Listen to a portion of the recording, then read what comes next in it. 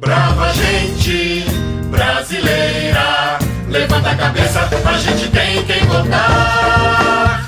Quem gosta do Brasil? 51. Partido Social Democrático PSD, Centro. Durante seu governo, aconteceu a Copa do Mundo no Brasil, em 1950. Na política externa, reforçou-se a aliança com os Estados Unidos. Uma de suas medidas mais polêmicas foi a proibição dos jogos de azar no Brasil, em 30 de abril de 1946. Getúlio Vargas, 1951 a 1954. Partido Trabalhista Brasileiro, PTB, centro-esquerda. Muito popular, dessa vez Getúlio Vargas foi eleito democraticamente. Foi pressionado pela imprensa e por militares a renunciar. O reinado Vargas terminou abruptamente quando ele se suicidou. Se a ordem for mantida, entrarei com pedido de licença. Em caso contrário, os revoltosos encontrarão aqui o meu cadáver. Café Filho, 1954 a 1955. Partido Social Progressista, PSP, centro-esquerda. Vice-presidente que sucedeu Getúlio Vargas até a realização de novas eleições. Em pouco tempo ficou doente e teve de ser afastado. Carlos Luz, 1955. Partido Social Democrático, PSD, Centro. Carlos Luz foi o presidente que durou menos tempo no governo, 3 dias. Ele foi forçado a deixar o posto por suspeita de não querer entregar o governo ao novo presidente eleito, Kubitschek. Nereu Ramos, 1955 a 1956. Partido Social Democrático, PSD, Centro. Foi presidente durante menos de 3 meses. Enfrentou uma grande crise política no país deixada pelo suicídio de Vargas. Juscelino Kubitschek, 1956 a 1961. Partido Social Democrático, PSD, Centro. Os anos de seu governo são lembrados como os anos dourados. Sua maior façanha foi a construção da nova capital do Brasil, Brasília, considerada uma das maiores obras do século XX. Jânio Quadros, 1961. Partido Trabalhista Nacional.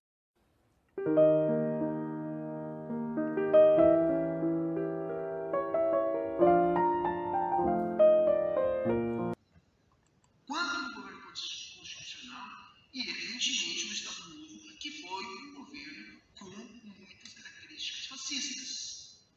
Não vamos esquecer da polícia do Fernando Miller, vamos esquecer que ele mandou a Olga para o Hitler. Vamos esquecer que foi ele que instituiu no Brasil a polícia política, a censura, a tortura, a repressão.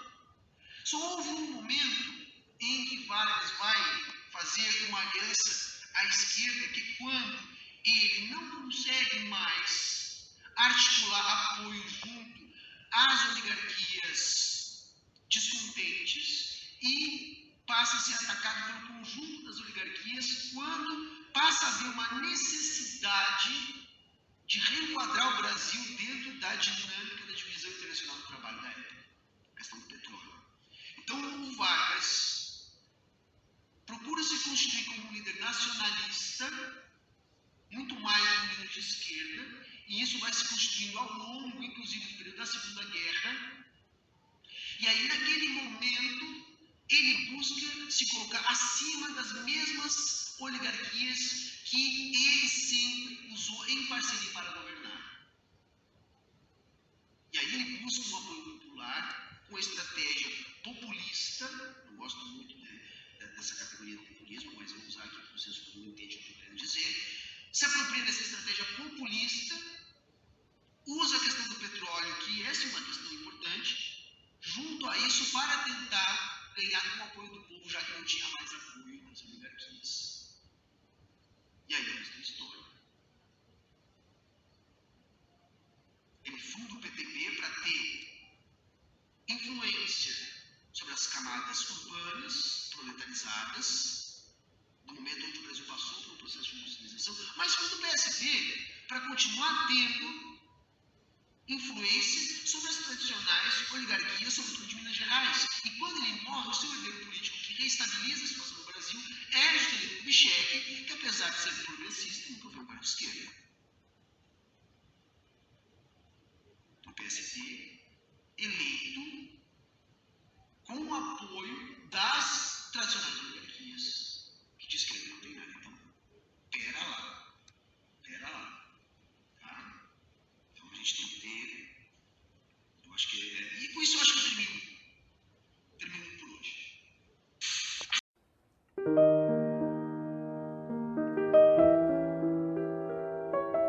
Provavelmente aliança, né?